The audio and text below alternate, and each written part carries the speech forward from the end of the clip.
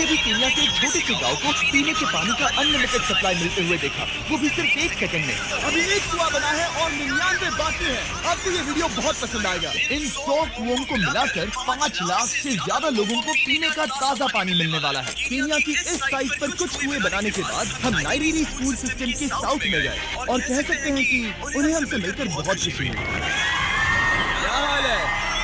मैंने ऐसा नहीं सोचा था। स्वागत के लिए शुक्रिया। समझ नहीं आता कैसे रिएक्ट करूं।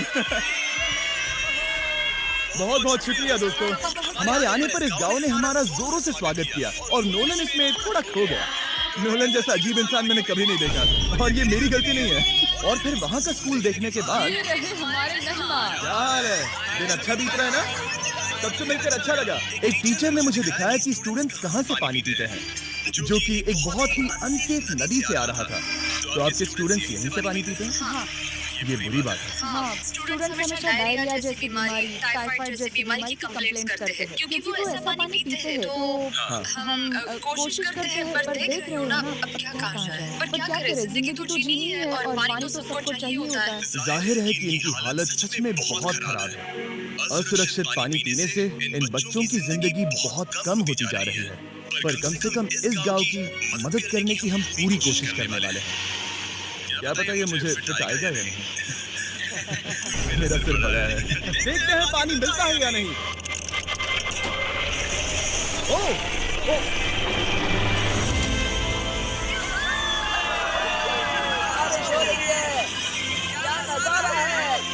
पानी जमीन से बाहर आने के बाद उसे ऐसे बैरल्स में इकट्ठा किया गया और बैरल्स को वाटर टावर्स पर लगाने के बाद आसपास के गांव के लोगों के पास सिर्फ पीने के लिए साफ पानी ही नहीं था, पर एक प्रेशराइज्ड वाटर सोर्स भी था, जिसका मतलब है कि लॉन्ड्री के लिए सुरक्षित पानी भी मिलेगा। और मुझे बताइए नोलन की मॉम से डूबना। मैं तुम्हें यहाँ से धकेल दूंगा। ठीक है, इसे अब यहाँ रख दो।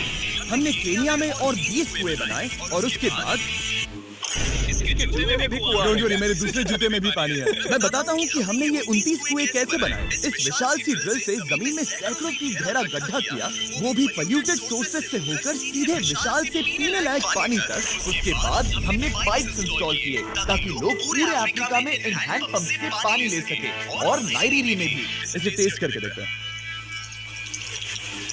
पानी जैसा है। मुझे 5 गैलन ड्रम को भरने के लिए 5 मिनट लगे। इससे एक दिन में कितना पानी मिल सकता है? 3600 गैलन एक दिन। ये न केवल स्कूल के 400 बच्चों को कवर करेगा, बल्कि स्कूल के आसपास के गांव वाले भी इसका अच्छे से इस्तेमाल कर सकते हैं। पानी के लिए शुक्रिया। कोई बात नहीं। ये पंप नॉन स्टॉप 30 सालों तक चल सकता है। आपको लग रहा होगा कि इस तरह का बड़ा काम करने के लिए एक बड़े गवर्नमेंट की जरूरत पड़ेगी, पर ये सच नहीं है।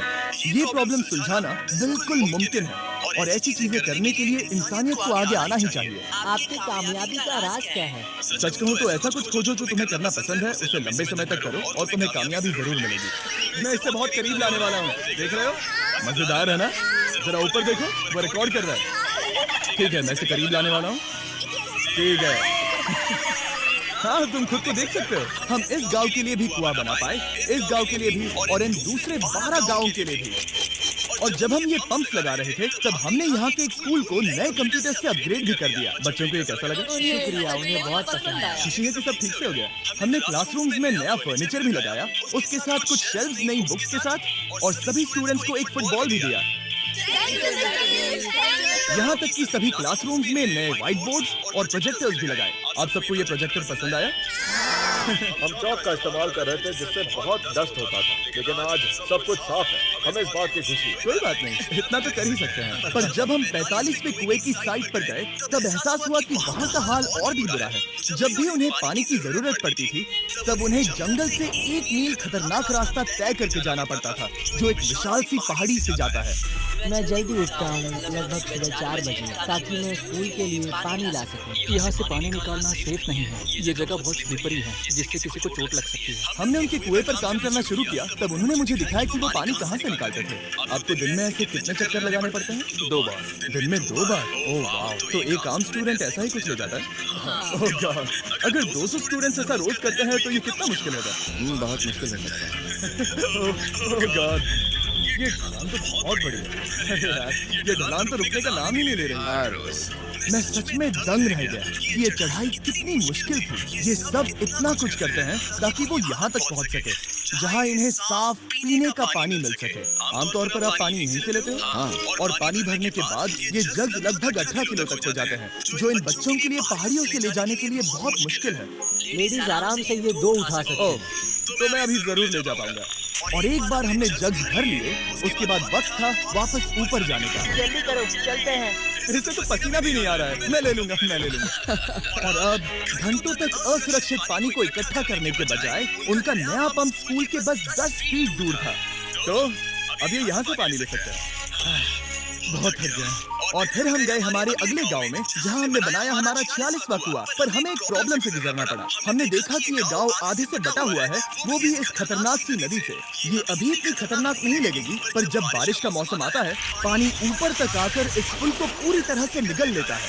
और ये पुल इसलिए इतना जरूरी है क्योंकि वहाँ जो गाँव है वहीं पर सभी हॉस्पिटल्स और स्कूल्स हैं, इसलिए यहाँ से रोज गुजरना पड़ता है। ये खतरनाक है, लेकिन इस पुल के अलावा इनके पास और कोई ऑप्शन नहीं है। जब ये नदी उफान पर होती है तो ये किसी को भी बहा ले जाती है। लोग, स्टूडेंट्स, यहाँ तक कि जानवर। हाल ही में इस नदी को क्रॉस करने की कोशिश में हमने 3 लोगों को खो दिया। इस तरह किसी की जान जाना पागलपन है और हम इसे स्वीकार नहीं कर सकते। और जिस पल हमने इस बारे में सुना, तब हमें मदद करनी ही पड़ी।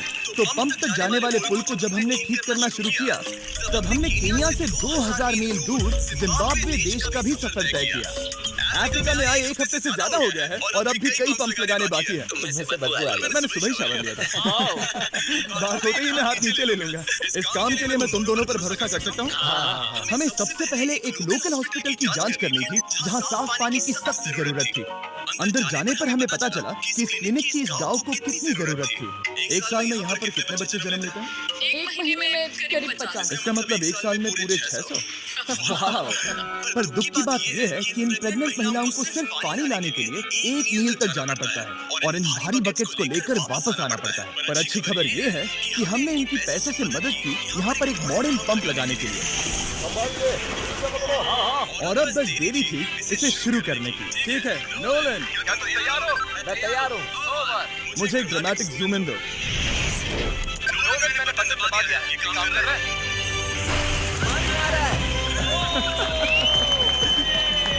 आप जाकर चेक करना चाहेंगे? हाँ, वहाँ पर। हाँ, चलो चलो। साम दाम दंड भेद चुनाव हमारा होना चाहिए। आप जाकर चेक करना चाहेंगे? हाँ, वहाँ पर। हाँ, चलो चलते हैं। लोगों को पानी मिलता देख मुझे बहुत खुशी हो रही है। ये सच में कमाल की बात है। हमारा नोलन एक प्रोफेशनल डांसर है। हाँ। डांस कर रहा हूँ। वो कर रहा है। सॉरी, मैं नहीं चाहता कि आप इसे और देखें। साफ पानी मिले ये पक्का करने के अलावा इस गांव में बहुत से स्टूडेंट्स को ट्रांसपोर्टेशन की भी दिक्कत थी, तो हमने इन सबको नई साइकिल्स देने का फैसला किया। बच्चे बहुत ज्यादा हैं, पर हमने साइकिल्स भी फ्री खरीदी। सच बताऊं तो मुझे साइकिल चलाना नहीं आता। जिमी को सिर्फ साइकिल देना आता है। कभी इसे चलाना नहीं सीखा। तो चलो हम एक रेस लगाते हैं। 3, 2, 1, गो! ओह माय गॉड, सभी मुझसे आगे जा रहे हैं। संभल के, मुझे चलाना नहीं आता, किसी को उड़ाना नहीं चाहता। तुम इसे चलाओगे? ठीक है, जाओ चलाओ। ओके। और इन्हें साइकिल्स देने के बाद हमने तब तक पंप्स लगाए जब तक हम पहुंच गए कुआं नंबर 69 पर। ये कुआं सोलर पावर्ड है, जो गांव के किसानों के लिए खास बनाया गया है, ताकि इनकी फसलों और जानवरों को जरूरत से ज्यादा पानी मिल सके। चाहे गर्मी हो या फिर बिजली ना हो, इससे कोई फर्क नहीं पड़ेगा। यार, एक पैनल है 200 वॉट का, जो एक पंप से जुड़ा है। ये पंप हर घंटे 5000 लीटर पानी खींच सकता है। बेसिकली ये अनलिमिटेड पानी का सोर्स है इस पूरे गांव के लिए। ये बहुत बढ़िया है। और जिम्बाब्वे छोड़ने के बाद हम चाहते थे कि अफ्रीका की सभी कम्युनिटीज को पानी मिलता रहे, इसलिए हमने और कुछ पंप्स बनाए युगांडा में, सोमालिया में और कैमरून में। कैमरून में हमने क्या क्या किया ये देखने के लिए फिलैंथ्रोपी चैनल पर हम जल्द ही एक वीडियो अपलोड करने वाले हैं। इन गाँव में वक्त बिताने पर मुझे एहसास हुआ कि पंप्स लगाना कितना जरूरी होता है।